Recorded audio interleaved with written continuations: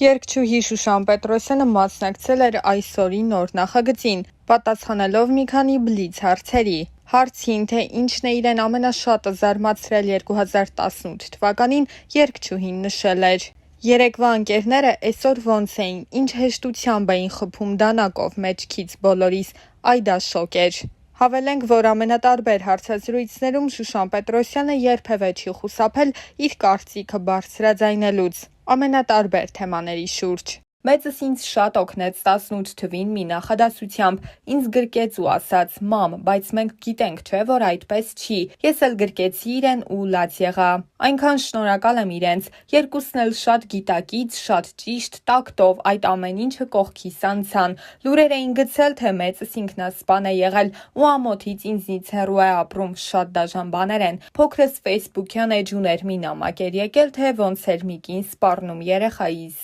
Երգչուհին նշել էր, որ այս ընթացքում չխենթանալու իր բանաձևը, սերն ու կարեկցանքը, արժանապատվությունը եւ անդավաճան լինելը, գերագույն արժեք հայրենիքը համարելն է։ Հենց այս սկզբունքով եւ բանաձևով է, որ ես ապրում եմ։ Հանրության մի լայն զանգված Շուշան Պետրոսյանի սերը առ Արցախ եւ հայրենիք կապում է նրա քաղաքական հայացքների հետ։ Երգչուհին թեմայի մասին խոսելիս ընդգծել էր. «Երբեք չեմ մտածել, որ հայրենիքը սիրելը կապված է քաղաքական նախընտրության հետ։ Դա տգետ մոտեցում է, դա սահմանափակ է եւ սեփական թռիչքից այն կողմ չտեսնող մարդու մոտեցում է, որովհետեւ ես նախ եւ առաջ քաղաքացի եմ, անկախ իմ կուսակցական նախընտրություններից, որի հիմքում Գարեգին Նժդեհն է, որը հենց հայրենիք է եւ հայրենասիրություն։ Ուզում եմ հասկանալ այդ սահմանափակ մտածելակերպը ոնց կարող է կարծիք հայտնել եւ բարձրաձայնել այդ կարծիքը, մոտիվացնել ու մասսաներում ազդեցություն ունենալ, դա ինձ համար ողբերգություն է, տգիտությունը ինձ համար ողբերգություն է, իսկ ես այնքան եմ սիրում հային ու հայրենիքս, որ կուզեի ավելի խոհեմ եւ խելացի լիներ հայը»։ Ժամանակին բանակի հիմներգը «Երազի իմ երկիր հայրենին» կատարում էին Շուշան Պետրոսյանն ու երջանկահիշատակ Հայկոն եւ խոսելով այդ տարիների մասին երգչուհին ասել էր. «Բանակի հիմներգը ստեղծվել է ավելի վաղ 94 թվականի մայիսի 28-ին զինադադար հաստատվելուց մի քանի օր հետո։ Մեր հաղթանակած բանակը, գեներալները, Վազգեն Սարգսյանը, Արցախի նախագահը բոլորը միասին նշում էին եւ մենք հրավիրված էինք Սևան, որտեղ մեր հաղթանակն էին նշում եւ պետք է կատարեինք լուսահոգի մաեստրո Արթուր Գրիգորյանի երգերի ծաղկաբույլը, որի վերջին երգը «Երազի իմ երկիր հայրենի» երգն էր, որը բոլորիս հայտնի էր Հայրիկ ֆիլմից։ Ներկայացումը երբ ավարտվեց, Սպարապետն ասաց՝ մի հատ էլ երգեք, էլի երգեցինք, 4 անգամ երգեցինք, ու երբ գնացինք ընդմիջման սուրճ խմելու կողքի սենյակում, նախագահ Լևոն Տեր-Պետրոսյանն ու Վազգենը մտան սենյակ։ Ու այսպես կրակոտ աչքերով ասաց. «Ես հենց նոր նախագահին ասացի, որ այս երգը պետք է լինի մեր հաղթանակած բանակի հիմնը։ Ես չգիտեմ, թե ինչու ընտրությունը եղավ իմ եւ Հայկոյի վրա, ինչու մեզ ընտրեցին, բայց Հրաչը Քեշիշյան զանգեց եւ գնացինք։ Այնպես չէ, որ հանկարծ դառնում ես քրիստոնյա կամ հանկարծ դառնում ես հայրենասեր։ Ես ինչքան ինձ հիշում եմ, բոլոր կիրակի օրերին մայրիկիս հետ պատարակներին ներկա եմ եղել։ 8 տարի շարունակ ես մի գաղափար ունեի ու դիմեցի այն ժամանակվա պաշտպանության նախարար Սերժ Սարգսյանին, որ ուզում եմ երեխաների, տղաների ոգին բարձր պահելու համար համերգային ծրագիր անեմ սահմանամերձ զորամասերում։ Ասաց հրաշալի ծրագիր է եւ 8 տարի շարունակ այդ ծրագիրը գործել եմ։ Պայմանս էր, որ ոչ ոք կոմֆորտ չակնկալի, դա պաշտպանության նախարարության ավտոբուսն է եւ սկսվեց մեր գործունեությունը։ Ինձ միացան արտիստներ Հասմիկ Կարապետյանը, Տիգրան Պետրոսյանը, Ավետ Բարսեղյանը վարում էր համերգները, Արամոն եւ Էմման, Ֆորշը, Արսեն Սաֆարյանը միացան ինձ։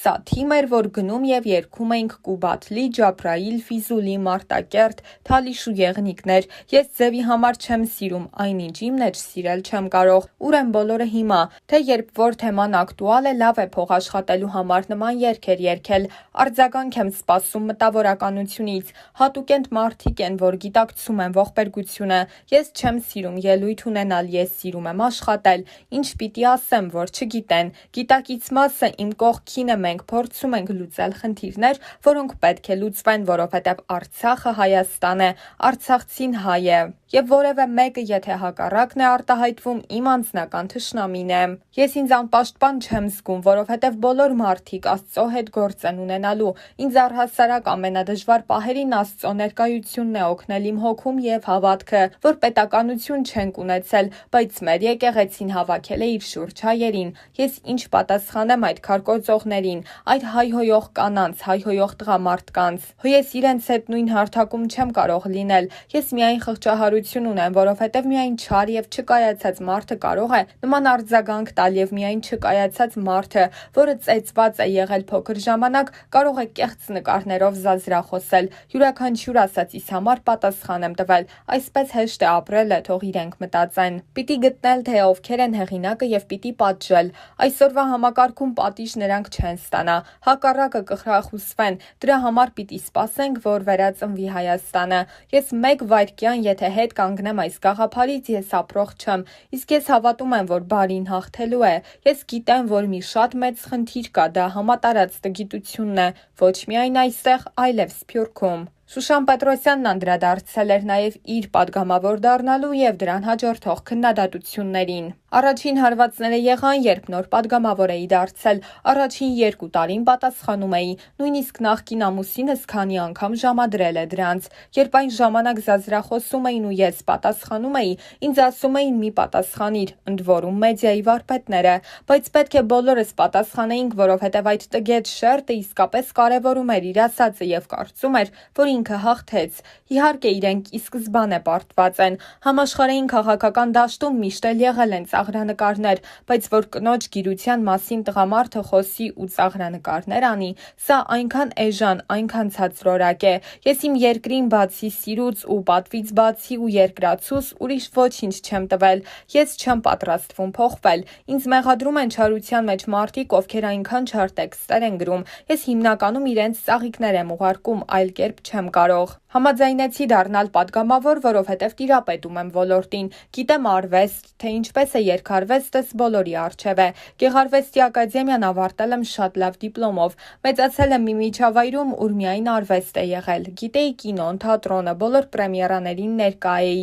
Առաջին անգամ, երբ ինձ առաջարկվեց, ես մերժեցի ի դեպ։ Հյուրախաղերս շատ էին։ Երկրորդ անգամ, երբ խնդիրներ շատ կային, համաձայնեցի ու դարձա։ Եվ վատ падգամավոր չեմ եղել, այնինչ որ ներկայացնում էին եւ այն կերպարը, որ ստեղծել էին, դա կարծիք էր։ Իմացողը գիտի, որ մտածում եմ ինչեր ենք թողել թուրքերին, սիրտս կանգնում է։ Երկիր ենք թողել, ողնաշարն ենք թողել հայրենիքիս։ Իմ գիտելիքները պետք էին, որ շատ հարցեր բարձրաձայնվեին, լուծվեին։ Հարցեր կան, որ լուծվել են։ Ես ավելի շատ էի վաստակում, երբ որ հյուրախաղերի էի գնում։ Ապրում եմ նույն տանը, որտեղ ապրել եմ 99 թվականից։ Աշխատավարձիս 1/3 մասը գնում էր ծրագրերի սիրագործմանը։ Երգչուհու համար առանձնապես ծանր է եղել Մարտակերտի կորուստը ու այդ մասին խոսելիս ընդգծել էր, որպեսզի ռեակցիան լիներ լիարժեք, ես պիտի չանցնեի այն բոլոր փորձությունները, որոնք անցել եմ։ Ես ինձ անջատել եմ եւ այնքան եմ ծանրաբեռնել գործով ու աշխատանքով, որ չհասկանամ, չգիտակցեմ